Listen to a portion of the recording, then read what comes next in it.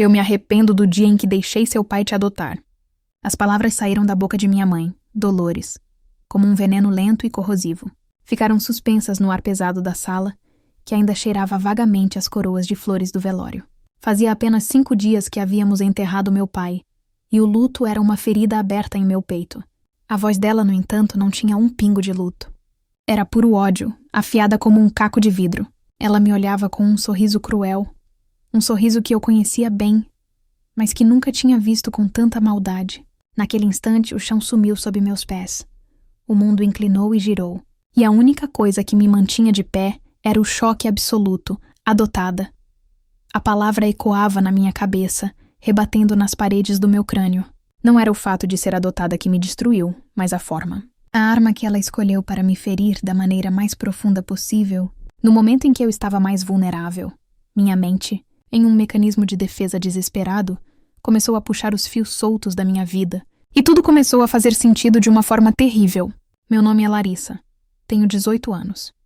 E até aquele segundo, eu acreditava ser filha biológica de Dolores e Carlos. Mas no fundo, eu sempre soube que algo estava errado.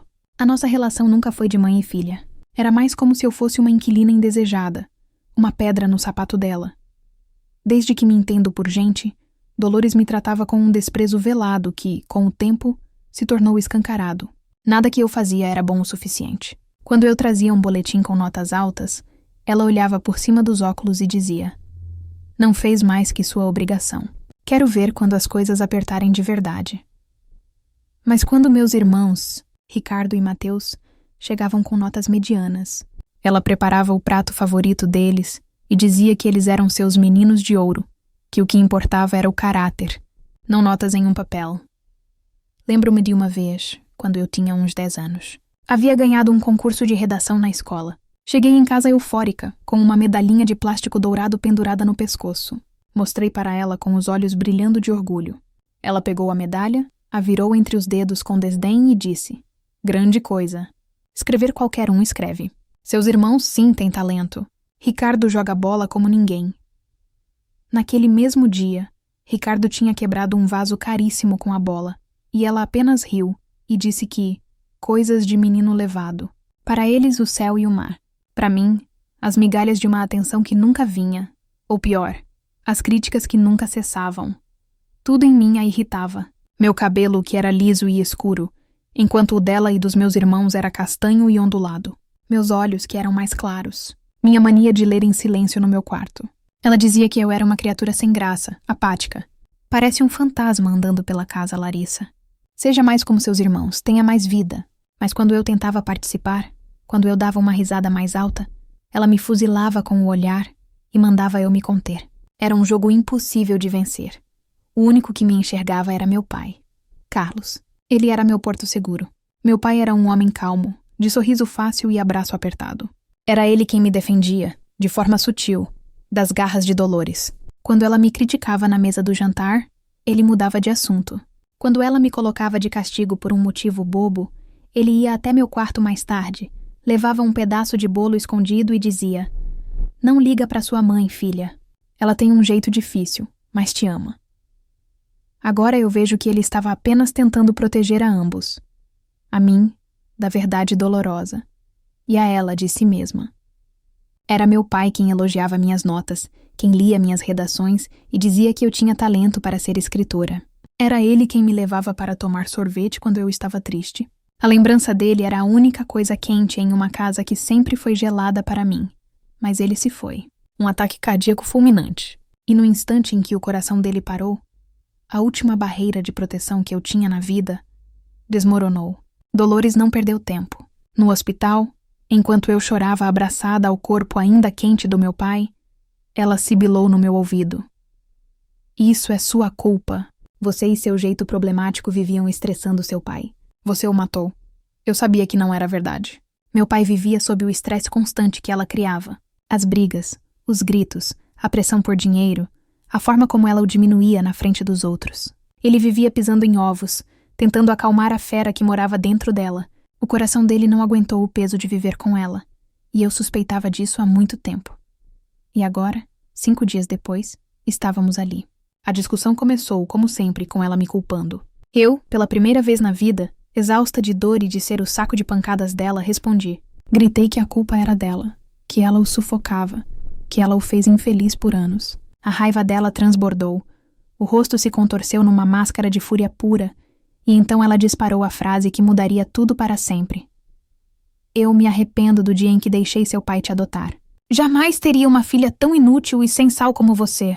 Ela sorriu ao ver meu rosto se desfazer. O sorriso de quem finalmente encontrou a bala de prata. A arma definitiva para me aniquilar. E ela conseguiu. Naquele momento, a Larissa que existia, a filha que tentava desesperadamente ser amada, morreu junto com o pai. No lugar dela ficou apenas uma casca vazia, paralisada na sala, enquanto a verdade feia e cruel dançava ao meu redor. O sorriso dela se alargou enquanto eu permanecia ali, congelada, tentando processar o impacto daquelas palavras. Cada sílaba era um golpe. Adotada. A palavra girava na minha mente, desencaixotando anos de memórias e pintando-as com uma nova luz. Uma luz feia e cruel. Era como se, de repente, uma peça que faltava no quebra-cabeça da minha vida tivesse sido encaixada à força, revelando uma imagem que eu não queria ver. O quê? Se foi a única coisa que consegui sussurrar. Minha voz era um fio, fraca e trêmula. Dolores soltou uma risada curta, desprovida de qualquer humor. Ah, não se faça de surpresa, Larissa. Você sempre foi diferente. Olhe para você. Não se parece em nada comigo ou com seus irmãos. Seu pai, com aquele coração mole dele, insistiu. Dizia que você era um anjinho que precisava de um lar. Mal sabia ele o fardo que estava trazendo para dentro de casa.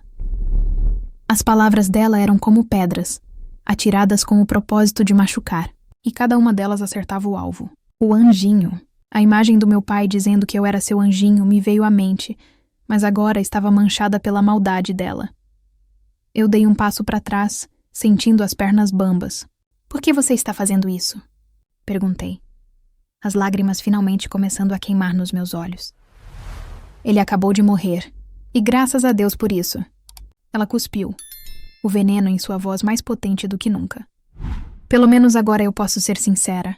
Posso finalmente dizer o quanto eu nunca gostei de você. O quanto sempre foi um esforço fingir que você era minha filha. Eu estava aliviada do seu pai ter partido para poder botar para fora todo o alívio que sinto por finalmente poder me livrar de você. Aquilo foi demais. A dor se transformou em uma raiva fria e cortante. Uma força que eu não sabia que possuía subiu pela minha espinha. Olhei para ela, a mulher que eu chamei de mãe por 18 anos, e não vi nada além de um monstro. Você é um monstro, eu disse, a voz firme pela primeira vez. O sorriso dela vacilou por um segundo, substituído por uma expressão de surpresa, mas logo a máscara de desprezo voltou. E você é uma ingrata. Criei você, te dei um teto, comida. Deveria me agradecer. Agradecer? Por ter feito da minha vida um inferno? Por ter me tratado como lixo todos os dias? Você nunca foi uma mãe para mim. Você foi minha inimiga.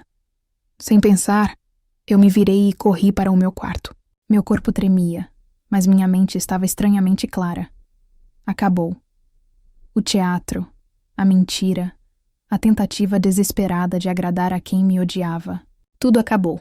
Eu não ficaria naquela casa nem mais um minuto. Peguei uma mochila velha debaixo da cama e comecei a jogar minhas coisas dentro, sem nem olhar o que era. Roupas, livros, o porta-retrato com a foto do meu pai. Dolores apareceu na porta. O que você pensa que está fazendo?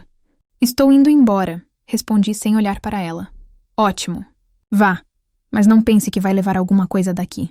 Tudo que está nesta casa é meu e do seu pai. As minhas coisas foram compradas com o meu dinheiro. Retruquei, lembrando do dinheiro que eu juntava de bicos que fazia. Como dar aulas de reforço para as crianças da vizinhança. Ela riu. Seu dinheiro? Não me faça rir, garota. Saia da minha casa, agora. Eu fechei a mochila e passei por ela, esbarrando em seu ombro de propósito. Não olhei para trás. Corri para a rua, o ar frio da noite cortando meu rosto, misturando-se com as lágrimas quentes que agora escorriam livremente. Não tinha para onde ir. A única pessoa que me veio à mente foi minha melhor amiga, Camila. Liguei para ela, a voz embargada pelo choro, e expliquei a situação da forma mais resumida que consegui. Camila, sem hesitar, me disse para ir para a casa dela. Os dias seguintes foram um borrão de dor e confusão. Fiquei no quarto de hóspedes da casa da Camila, um santuário de paz em meio ao caos da minha vida. Os pais dela me acolheram com um carinho que eu raramente recebi de Dolores. Eles me deram espaço, comida quente e ombros para chorar. Contei tudo a eles, cada detalhe da conversa horrível, cada ano de desprezo. Eles ficaram horrorizados. Eu sabia que precisava pegar o resto das minhas coisas, principalmente meu celular antigo, que tinha fotos e mensagens do meu pai, e minhas roupas. Aproveitei um dia em que Dolores estava no trabalho. Camila foi comigo para me dar apoio. Entrar naquela casa novamente foi como entrar em um túmulo. O silêncio era pesado, opressor. Fui direto para o meu quarto, o coração batendo forte no peito, com medo de que ela aparecesse a qualquer momento. Com a ajuda da Camila, juntei tudo o que era meu em caixas e sacolas. Cada objeto trazia uma lembrança, a maioria delas dolorosa. Peguei meu notebook, meus documentos, o dinheiro que eu guardava em uma caixinha de sapatos. Em menos de 1 hora, havíamos limpado o quarto de qualquer vestígio da minha existência. Quando estávamos saindo, vi uma foto nossa, da família, na parede da sala. Eu, meu pai, Dolores, Ricardo e Mateus. Na foto todos sorriam. Uma mentira emoldurada. Senti uma vontade imensa de arrancar a foto da parede e quebrá-la em 1000 pedaços. Mas me contive. Não valia a pena. À noite meu celular tocou. Era ela. A voz de Dolores do outro lado da linha era puro veneno. Sua ladra! Você entrou na minha casa e roubou as minhas coisas. Ela gritou sem nem me dar boa noite. Eu não roubei nada. Peguei o que era meu. O que eu comprei com o meu dinheiro. Respondi, a calma na minha voz a surpreendendo. Você é uma insolente. Eu vou chamar a polícia. Vou dizer que você me roubou. Faça isso, eu disse, sentindo uma coragem que não sabia que tinha. E eu vou contar para eles tudo o que você me disse. Vou contar como você me trata desde que eu era criança. Vamos ver em quem eles vão acreditar. Houve um silêncio do outro lado. Ela não esperava por isso. Então a voz dela baixou, tornando-se ainda mais cruel. Quer saber? Faça o que quiser. Eu não tenho mais filha. Aliás, eu nunca te considerei minha filha. Você foi o maior erro da vida do seu pai. E eu estou aliviada que ele se foi para eu não ter mais que olhar para a sua cara. O nó na minha garganta se apertou. Mas eu não chorei, não na frente dela. O sentimento é mútuo, eu disse, e desliguei. Naquele momento, olhando para o celular na minha mão, eu entendi. A vingança não seria gritar ou brigar. A vingança seria viver. Viver bem longe dela. Ser feliz, apesar dela. A dor ainda estava lá. Uma ferida aberta e latejante. Mas pela primeira vez, em meio a todo aquele sofrimento, eu senti uma fagulha de esperança. A esperança de um recomeço. As semanas que se seguiram foram um borrão de emoções conflitantes. Por um lado, eu vivia num estado de luto profundo. Chorava pelo meu pai, pela perda da única pessoa que me amou incondicionalmente. Por outro lado, pela primeira vez na vida, eu respirava um ar de tranquilidade na casa de Camila. Não havia gritos, críticas ou olhares de desprezo. Havia conversas calmas durante o jantar. Havia a mãe de Camila me perguntando como eu estava, com genuíno interesse. Era um mundo novo, mas a incerteza sobre o futuro pesava sobre mim como uma nuvem escura. Eu tinha 18 anos. Um pouco de dinheiro guardado e nenhum plano. A ideia de ter que enfrentar o mundo sozinha era aterrorizante. Eu passava os dias procurando empregos de meio período na internet e pesquisando preços de aluguéis em quartos minúsculos e distantes. A realidade era dura e assustadora. Eu me sentia à deriva. Um barquinho de papel em meio a uma tempestade. Foi numa tarde cinzenta de terça-feira que meu celular tocou. Número desconhecido. Pensei em ignorar, imaginando que poderia ser Dolores usando outro número, mas algo me fez atender. Alô, Larissa. Meu nome é Jonas Almeida, sou advogado. Eu era o advogado e amigo pessoal do seu pai, Carlos. A voz do outro lado era calma e profissional. Meu coração deu um salto. Um advogado? Amigo do meu pai? Sim, sou eu, respondi, a voz um pouco trêmula. Larissa, eu sei que o momento é delicado, mas preciso que você venha ao meu escritório. Temos que conversar sobre o testamento do seu pai. Há algumas disposições que dizem respeito diretamente a você. Testamento. A palavra soou estranha. Eu nunca imaginei que meu pai tivesse um. Ele era um homem simples, um funcionário público. O que ele poderia ter para deixar em um testamento? Uma ponta de esperança, minúscula e frágil, começou a brotar em meu peito. Marquei um horário para o dia seguinte, com o endereço do escritório anotado em um pedaço de papel. No dia seguinte, peguei um ônibus até o centro da cidade. O escritório do Dr. Almeida ficava em um prédio comercial antigo, mas bem conservado. A sala de espera era sóbria, com poltronas de couro e um silêncio reconfortante. Logo fui chamada para a sala dele. Dr. Almeida era um senhor de uns 60 anos, cabelos grisalhos e olhos gentis que me lembraram um pouco os do meu pai. Ele me cumprimentou com um aperto de mão caloroso e me ofereceu um copo d'água. Larissa, antes de mais nada, eu sinto muito pela sua perda. Seu pai era um grande homem, um dos melhores que já conheci. As palavras dele foram tão sinceras que meus olhos se encheram de lágrimas. Obrigada. Ele também era o melhor pai do mundo. Ele sorriu com tristeza. Sim, ele era. E ele te amava mais do que tudo neste mundo. É por isso que estamos aqui. Dr. Almeida abriu uma pasta de couro sobre a mesa. Seu pai me procurou há alguns anos, Larissa. Ele estava preocupado. Ele sabia que a relação entre você e Dolores não era fácil. E queria garantir que, acontecesse o que acontecesse, você ficaria bem. Ele deixou um testamento muito claro e também uma apólice de seguro de vida em seu nome. Eu o encarei, sem entender completamente. Seguro de vida? Mas... e a Dolores? E meus irmãos? A casa onde vocês moravam e uma parte das economias dele ficaram para Dolores, como é de direito. Seus irmãos também receberam uma quantia, ele explicou pacientemente. Mas seu pai fez questão de deixar a maior parte do seguro de vida e uma quantia significativa de suas economias pessoais diretamente para você. Ele especificou em testamento que essa parte era intocável. Era o seu recomeço. Ele me virou um documento. Era um extrato bancário. Olhei para o número no final da página e meu queixo caiu. Eu li, reli e li de novo, achando que meus olhos estavam me enganando. A quantia era enorme. Era mais dinheiro do que eu jamais imaginei ver na vida. Daria para eu comprar um apartamento, fazer uma faculdade, viajar, e ainda sobraria o suficiente para viver confortavelmente por anos. As lágrimas que eu segurava começaram a escorrer pelo meu rosto, mas não eram de tristeza. Eram de choque, de alívio, de uma gratidão tão profunda que doía. Meu pai tinha feito aquilo por mim. Ele planejou, ele cuidou de mim mesmo depois de partir. Ele sabia que eu precisaria. Ele sabia que eu ficaria sozinha. Dr. Almeida me estendeu uma caixa de lenços. Ele sabia que você era forte, Larissa. Ele só queria te dar as ferramentas para que você pudesse construir sua própria vida, longe de qualquer sofrimento.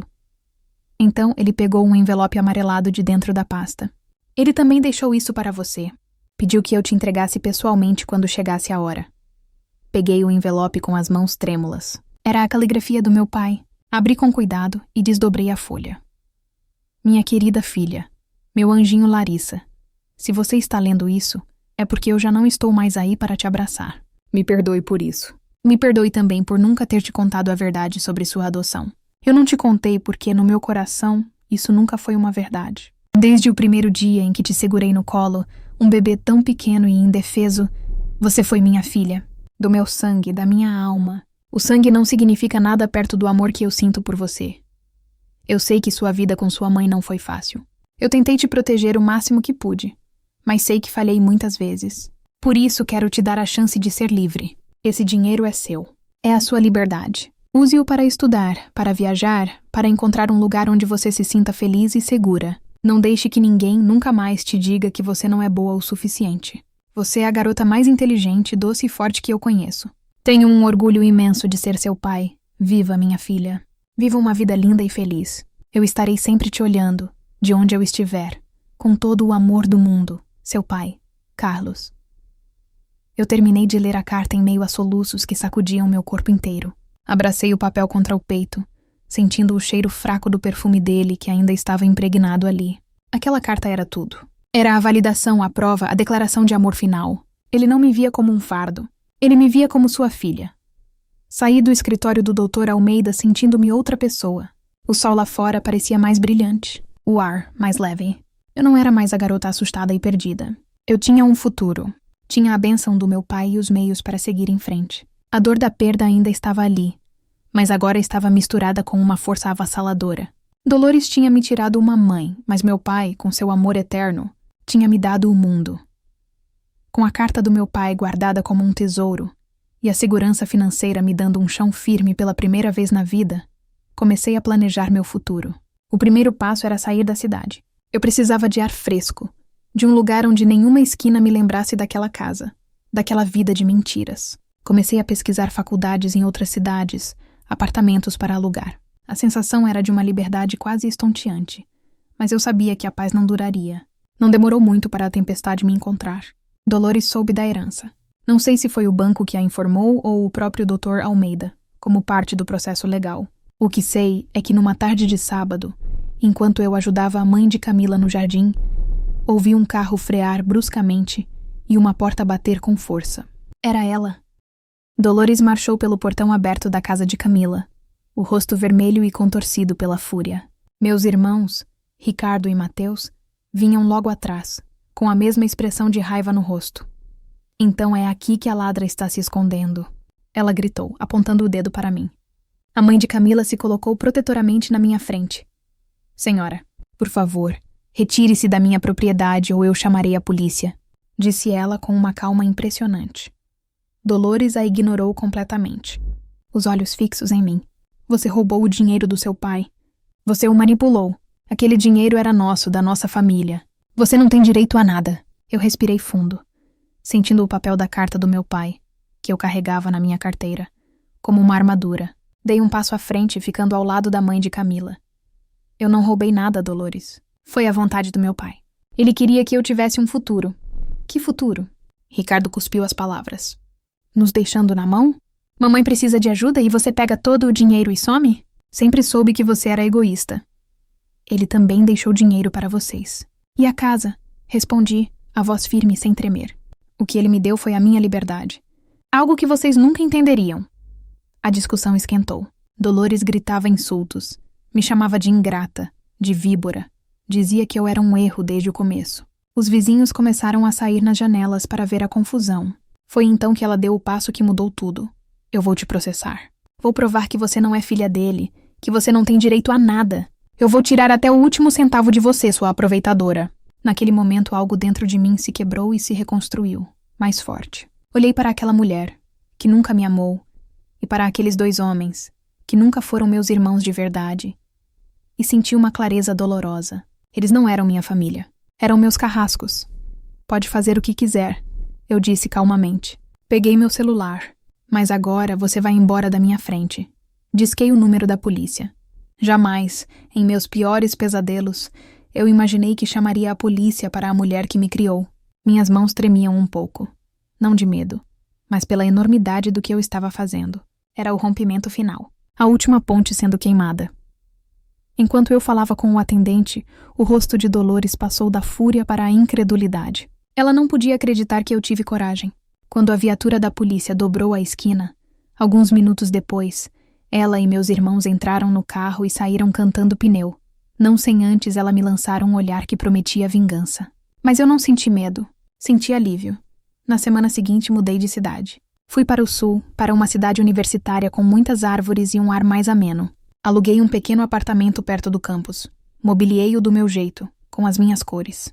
Matriculei-me no curso de letras, o sonho que meu pai sempre me incentivou a seguir. Pela primeira vez na vida eu tinha um lar, um lugar que era só meu.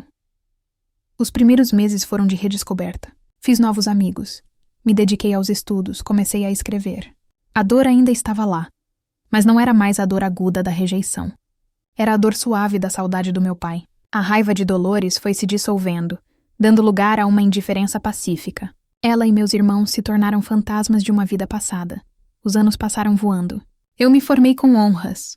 Publiquei meu primeiro livro de contos, dedicado ao meu pai, e comecei a dar aulas de literatura.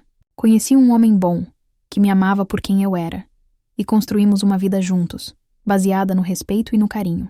Eu era feliz, uma felicidade real, sólida, que eu mesma construí.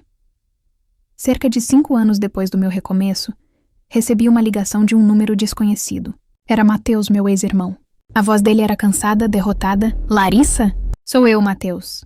Fiquei em silêncio por um instante, surpresa. O que você quer? E perguntei sem emoção, ele hesitou. Eu sei que não tenho o direito, mas... A mamãe não está bem. Ela está sozinha. Eu e o Ricardo, não aguentamos mais. Depois que o dinheiro do pai acabou, ela ficou impossível. Nada estava bom. Ela nos culpava por tudo. Exatamente como fazia com você. A gente tentou, mas não deu. Nós saímos de casa. Ela está lá, sozinha. Escutei o relato dele, e um filme passou pela minha cabeça. Dolores, a mulher que vivia cercada pelos seus meninos de ouro, agora estava abandonada. Eles que foram o centro do universo dela, não suportaram provar do mesmo veneno que ela me serviu a vida inteira. A vingança, afinal, não precisou vir de mim. A vida se encarregou. Ela colheu exatamente o que plantou. A solidão. Sinto muito por ela, eu disse. E a sinceridade em minha voz me surpreendeu. Eu não sentia alegria pela desgraça dela, mas também não sentia o dever de ajudar. Mas ela deixou de ser minha responsabilidade no dia em que me contou a verdade. Desliguei o telefone e olhei pela janela do meu apartamento. O sol estava se pondo, pintando o céu com cores quentes e vibrantes. Eu estava em paz. Dolores nunca recebeu o que merecia de mim, mas recebeu da vida. E eu? Eu recebi o que meu pai sempre quis para mim. Um final feliz. E isso, para mim, era a maior vitória de todas.